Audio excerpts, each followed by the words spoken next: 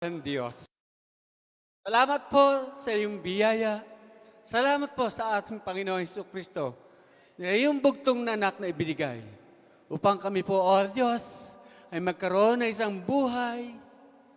Sa piling mo po, Panginoon, isang buhay, Lord, may kaligtasan dakilang Diyos. Lord, as we continually worship you, O God, in the beauty of holiness, narinig mo po, Panginoon, ang amin pong alay na awitin na papuri at pagsamba sa amin pong sariling wika dakilang Diyos. Maraming pong salamat, Lord, sa music ministry. Pagpalain, Panginoon, pagpalain dakilang Diyos. Ang mga paglilingkod, Panginoon, ng aming pong mga kapatid, ang kanilang pong mga pagpapagalo, Diyos. Maraming pong salamat sa araw na ito as we celebrate, Lord, ang amin pong kaligtasan. Salamat, Lord. Maraming pong salamat sa umagang ito. Salamat, Lord, sa isang iglesia na amin po pinagbubukluran sa isang hangarin dakilang Diyos.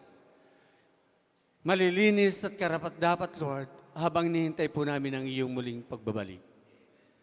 Pagpalain, Panginoon, ang mga kapahayagan po na iyong salita na amin pong pagbubulay-bulayan, amin pong nanamnamin sa mga sandaling ito, dakilang Diyos. Lord, ang mga kapatiran na nasa multimedia, O Diyos, mangusap ka sa buhay po ng bawat isa. And Lord, and through the power of your Holy Ghost, O God, we claim your blessings, O God, sa buhay po ng bawat isa. Mangusap ka nga po, Lord, mangusap ka nga po. Turuan nga po kami ngayon sa umagang ito, dakilang Diyos. Lord, patuloy at patuloy, hindi po kami magsasawang magpasalamat sa iyo. Salamat, Lord, sa iyong kabutihan. Salamat, Lord, to all your great and wonderful works sa buhay po ng buong iglesia, O God. Sa buhay po ng bawat kapatiran, O Diyos. Kailanman, O Diyos, hindi ka nga po nagkulang sa buhay po ng bawat isa. Salamat, dakilang Diyos, sa buhay po ng aming pastor, na patuloy mo pong ginagamit, Lord, sa kaluwalhatian po na iyong dakilang pangalan. Maraming pong salamat, O Diyos, sa karanasan, sa buhay na ibinigay mo nga po sa buhay po ng bawat isa. For you have given us the privilege, O God, to become children of God. Salamat, Panginoon, sa mga pangako na ito, O Diyos. Maraming pong salamat, dakilang Diyos, sa umagang ito. Ang lahat nga po na nagsasabi ng isang pasasalamat sa ating dakilang Diyos, sa pangalan ng ating Panginoong Jesucristo, ay magsabi ng Amen and Amen. Hallelujah. We bless your holy name, O God. Hallelujah. Muli po, a blessed morning sa lahat. And kaninang madaling araw, before po ako magising, I was amazed. Sabi ko, Lord, salamat. I was praying. Ginising ni Lord ako sa isang pananalangin. At wala po akong binabanggit kundi salamat. Salamat, dakilang Diyos. For you have given us this faith. Sabi nga ni Pastor kanina, mabuti na itong nasa pananampalatayang ito. Kung di man totoo, salamat, Lord. At kung totoo, mas marami ang atin pong gaganansyahin.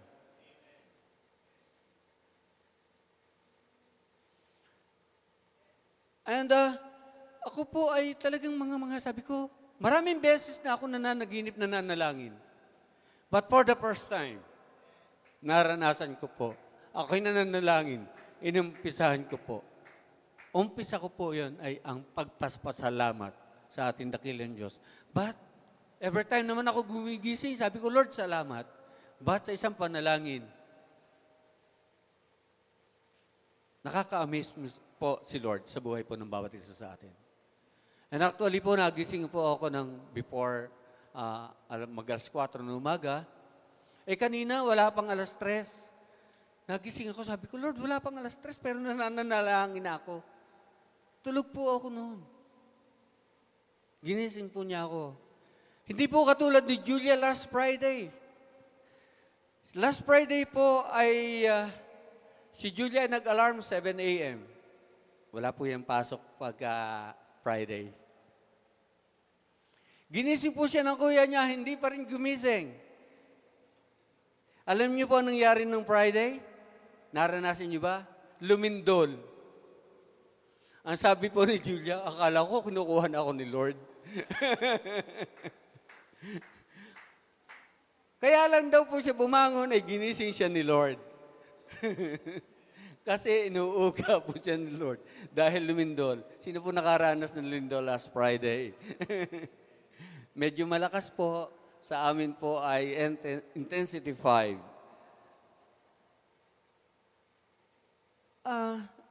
Sa umagang ito mga kapatid, kumusta po? Kumusta po ang bawat isa? Kayo ba ay punong-puno ng kagalakan? As we are praying last night, talagang masayang-masaya po ang aura ng buong pamilya. Sabi ko, Lord, salamat. Dahil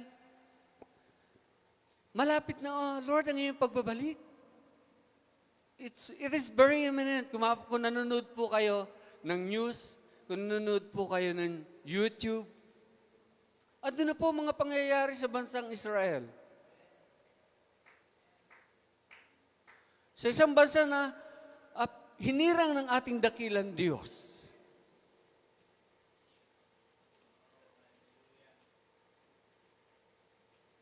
At makikita natin, mapapansin po natin, sinabi ng mga international news na mga malalaking kumpanya. Ano nangyari sa Israel? Sila at the best. The best intelligence.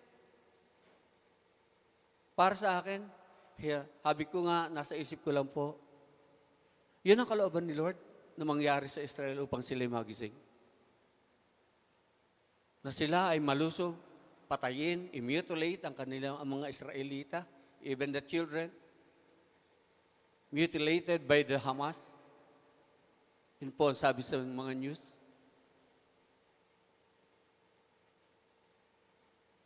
Ay ngayon pong alam natin at very imminent ang pagbabalik ni Lord.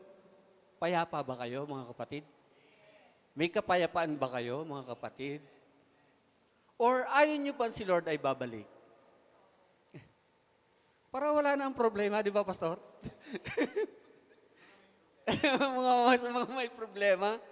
Lahat tayo may problema. Ako sa pangkalusugan, sabi ko, Lord, salamat. Malapit ka na dumating. Hindi na ako iinom ng mga maintenance ko. Lord, salamat. Maraming po salamat, Lord. Sa umagang ito, ang akin pong text ay akin pong kinuha sa kabuuan po. Kung nabasa niyo na po ang the book of John in chapter 14. Ang kabuuan po ng chapter 14. But dito lamang po tayo magdidiin sa isang verse sa John chapter 14. Kaya nga po yun ang tanong ko sa inyo mga kapatid. Bilang mga anak ng Diyos, bilang nabigyan na ng Diyos ng buhay na walang hanggan sa pamamagitan ng ating Panginoon Jesucristo, we are declaring and claiming that Jesus Christ is our Lord and Savior, our Redeemer. Kumusta po ang kapayapaan sa puso ng bawat isa? Kumusta po ang kapayapaan sa puso ng bawat isa? Ayaw niyo pa talagang dumating si Lord? Ako gustong-gusto ko na po. Maranasan ng buhay sa piling ng ating dakilang Diyos. Dahil gusto ko na po makita yung mansyon na kanyang inihanda. Meron po tayong mansyon, mga kapatid. Alam niyo po ba yan? Our Lord and Savior Jesus Christ prepared a mansion for us. In verse 14, as Jesus declared, ito po, ang Panginoong Jesucristo po ang nagsasalita. In chapter 14, verse 27, peace I live with you. Peace I live with you. My peace I give unto you. Not as the world giveth. Not as the world giveth. Give I unto you. Let not your heart be troubled, neither let it be afraid. Ito po ang encouragement, pangungusap po ng ating Panginoon Jesucristo sa Kanya po mga apostoles ng panahon na yun. Bilang masasabi po natin, farewell ng ating Panginoon Jesucristo bago po siya bumalik. Siya po ay nandito pa sa lupa nung siya nagsasalita nito mga kapatid.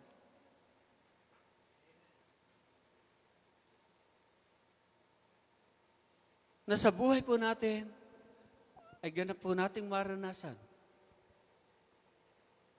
ang isang uri ng buhay na may kapayapaan.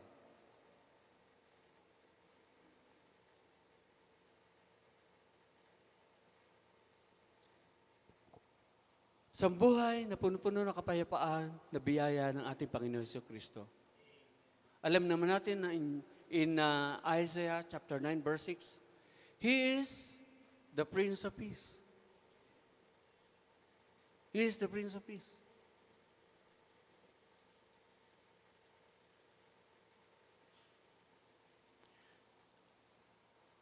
Basahin ko na po ang verse 25.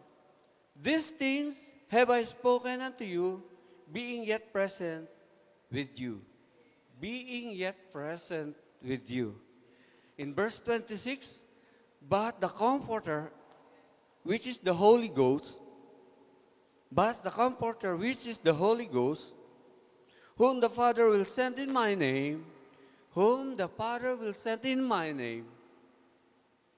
He shall teach you all things. He shall teach you all things, and bring all things to your remembrance. Whatsoever I have said unto you. Nangungusap na po ang Diyos sa buhay po ng bawat isa sa atin, sa kabuuan po ng iglesia, maging kayo po na nandito sa Zoom, sa Facebook, o sa mga nakikinig. Andyan po ang pangungusap ng Diyos sa buhay po ng bawat isa through the power of the Holy Ghost. Sa atin po mga pagbubulay-bulay, pagbabasa ng ating mga Biblia, mga kapatid. Kailangan po natin tayo lumago sa pananampalatayang ito upang higit po nating maunawaan ang kahulugan ng kapayapaan na ito na niyahayag ng ating Panginoon Jesucristo. Isang kapayapaan na hindi kayang ibigay ng mundo. Ano ba ang meron ng mundo na ibinibigay sa atin? Kayamanan? And everything.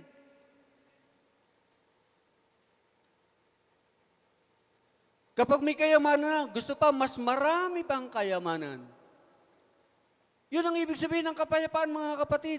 Mga kapayapaan na ang ating Panginoong Jesucristo lamang ang maging kapayapaan natin sa buhay na ito, dakila, mga kapatid. Kaya nga po dito, peace I live with you. My peace I give unto you. My peace I give unto you. Ano po sabi ng ating dakilang Diyos sa chapter 16, in verse 33? These things I have spoken unto you, that in me ye might have peace. In the world ye shall have tribulation. In the world ye shall have tribulations. But be of good cheer. I have overcome the world. Sa ating po mga pagbabasa, lalo na po dito sa chapter 14, mapapansin po natin, mga kapatid, in chapter 14, verse 27, ito po ay naulit sa verse 1 ng chapter 14. Alin po yun? Let not your heart be troubled. In chapter 14, verse 1, let not your heart be troubled. You believe in God. Believe also in me. Basahin ko na po, tuloy-tuloy. In my Father's house are many mansions. Yan po yung mansions na sinasabi ko kanina. In my Father's house are many mansions. If it were not so, I would have told you. I got to prepare a place for you. Hallelujah. I got to prepare a place for you. It is a mansion, mga kapatid.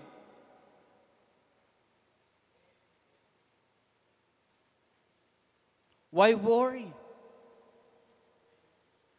That's why God gave us, in the name of our Lord Jesus Christ, isang uri ng kapayapaan na sa Diyos lang dumidepende, mga kapatid. In verse 3, and if I go and prepare a place for you, thank you, Lord, I will come again and receive you unto myself, that where I am, there ye may be also. And verse 4, and whether I go, you know, alam niyo ba kung sa pupunta ang ating dakilang Diyos? And whither I go, you know, and the way, you know. And verse 5, Thomas said unto him, Lord, we know not whither thou goest, and how can we know the way? And in verse 6, Jesus said unto him, I am the way. Jesus said unto him, I am the way, the truth, and the life. No man cometh unto the Father but by me. Kaya nga po, hayag na hayag, alam na alam ng maraming tao ang John chapter 14, verse 6. Ngunit hindi po nila nakikita ang kabuuan kung ano talaga ang ibig sabihin ng John chapter 14, verse 6. May kasama po itong pangako. Katulad po ng awit kanina. Ang pangako po ng ating dakilang Diyos ay magpakailanman. But still, mga kapatid, as I was reading Isaiah, alam niyo po ba, ang mga walang kapayapaan ay sinabi po sa Isaiah chapter 48, also in Isaiah chapter 57. Iisa po ang sinabi doon. Isaiah 48, verse 21, and Isaiah chapter 57, verse 22. Atin po tuhayan. Sino po ang walang kapayapaan? In 48 verse 21, there is no peace with the Lord, said the Lord, unto the wicked. Yun po ang Isaiah. Si Isaiah po ay isang propeta na ginamit ng Diyos upang ipahayag ang kadakilaan ng ating Diyos. Kaya nga po, there is no peace, said the Lord, unto the wicked. And also in chapter 57, ganun din po ang sinasabi ng ating dakilang Diyos. Ang kapahayagang ito, there is no peace, said my God, to the wicked.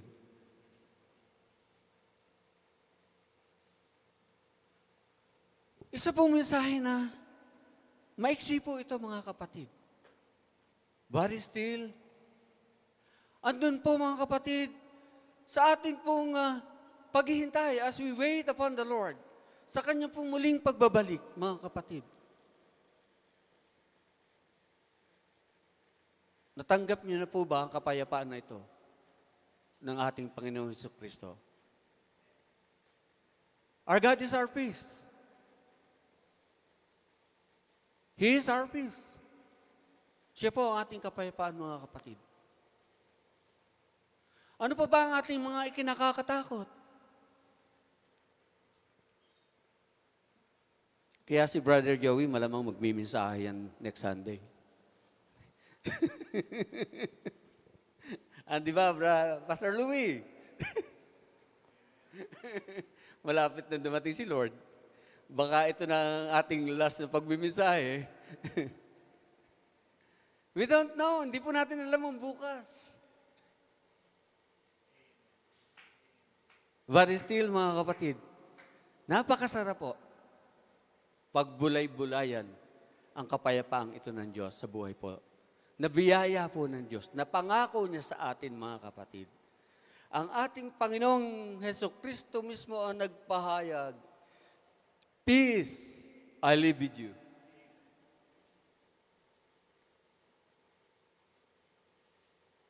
Mga intindihin sa mundong ito, yan po ang nagpapa-worry sa atin. Ako maintindihin din. Wala pa akong manugang eh. Wala pa akong apo. Kaya lang dadating na si Lord. Buti pa si Pastor, may apo na. Nakita ang apo. And I want to thank the Lord. Kasama ko po ang buong pamilya ko. Si Kina celebrated her birthday yesterday. Lord, salamat sa buhay po ng aming panganay. Salamat, Lord, kahit siya po ay may nararamdaman, siya po ay kasama namin ngayon. And I thank the Lord sa kanyang dakila at mga gawa kay Kina. And I thank the Lord na biniyayaan siya ni Lord ng ganong katalinuhan.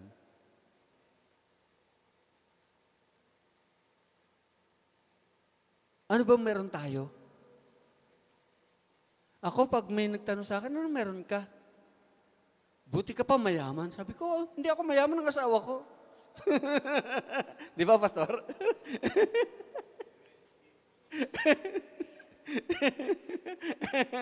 Di ba, Dia? Si Mama mayaman.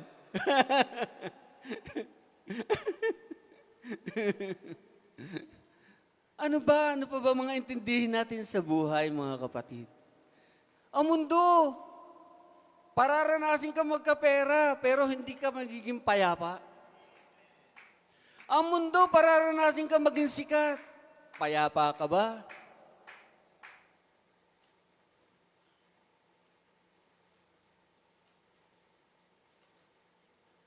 Mangmangha ako sa pananampalatayang ito dahil si Lord ay patuloy at patuloy na nagbubuhos ng kanyang biyaya sa buhay ng bawat isa sa atin.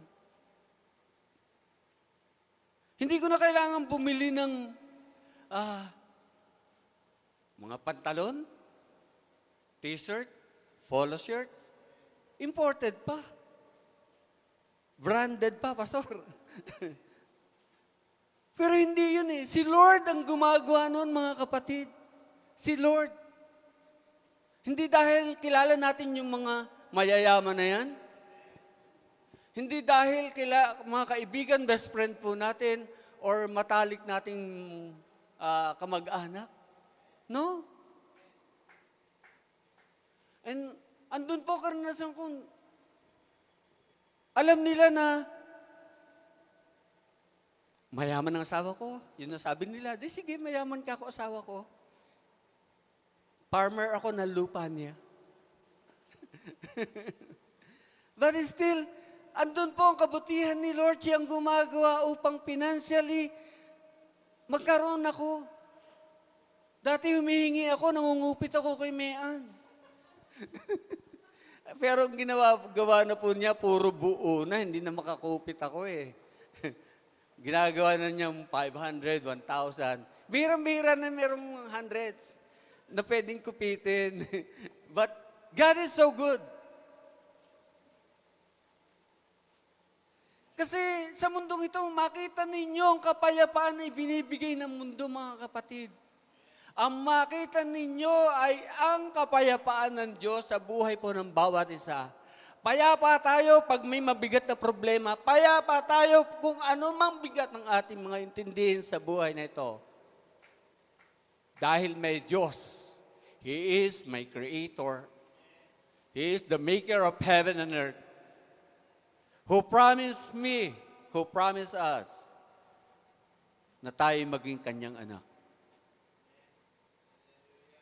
Nandun po ang pangako ng Diyos. He has given us the promise na to become children of God. Claim it, mga kapatid. Are we claiming it? Even sa sapatos ko, hindi ko po naranasan ng mga imported na sapatos. Rubber shoes, leather shoes. Hindi nga lamang po ang briefs. One time, meron po akong nabigyan ako ng isang brief. Ay, sino bang gumagawa nun? Is it my effort? Effort po ng bawat isa? The healing touch. It is the effort of the doctor? No.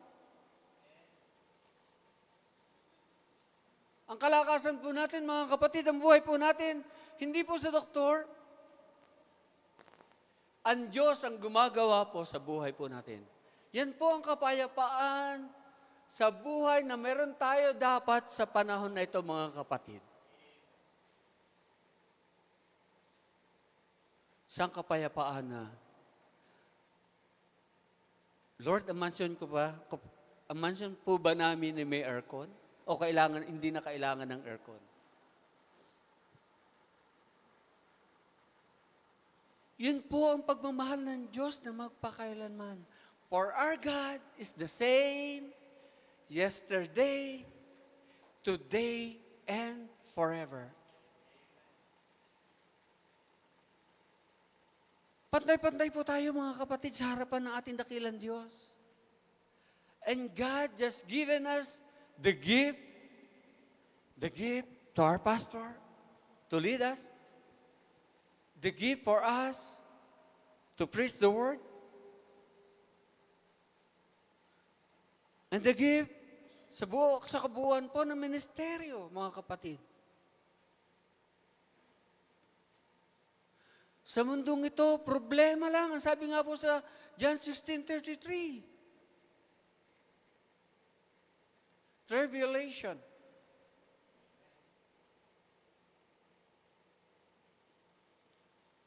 At sa pagtatapos, mga kapatid, bilang tayo po ay naghihintay sa pagbabalik ng ating Panginoon Jesucristo, ay andito po ang isang kapahayagan po ng ating dakilang Diyos. In 1 Thessalonians chapter 5.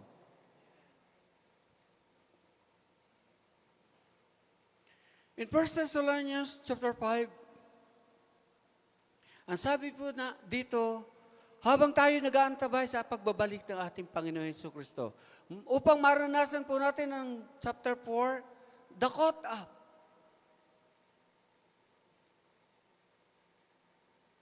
In chapter 5, but of the times and the seasons, brethren, ye have no need that I write unto you. In verse 2, for yourselves know perfectly that the day of the Lord so cometh as a thief in the night. In verse 9 and 10, for God hath not appointed us to wrath. Thank you, Lord. But to obtain salvation by our Lord Jesus Christ. Thank you, Lord. Salamat, dakilang Diyos. Who died for us. Yan po ang Diyos na nagbigay sa atin ng kapayapaan. Who died for us that whether we wake or sleep, we should live together with Him. And in verse 16, rejoice evermore. 17, pray without ceasing. Kumusta na po ang ating pananalangin? In everything, give thanks. In everything, give thanks, for this is the will of God in Christ Jesus concern you. 19, quench not the spirit. Despise not prophesying. Prove all things, hold fast that which is good. Verse 22, abstain from all appearance of evil. And verse 23 sa pagtatapos, mga kapatid. And the very God of peace, hallelujah, and the very God of peace sanctify you wholly. And I pray, God, your whole spirit and soul and body be preserved blameless unto the coming of our Lord Jesus Christ. Hallelujah. Let us pray. Lord, salamat po sa umagang ito. Lord, pagpalaan po, Panginoon, ang amin pong pagsamba. And Lord, we want to hear the song that they prepared, the music ministry.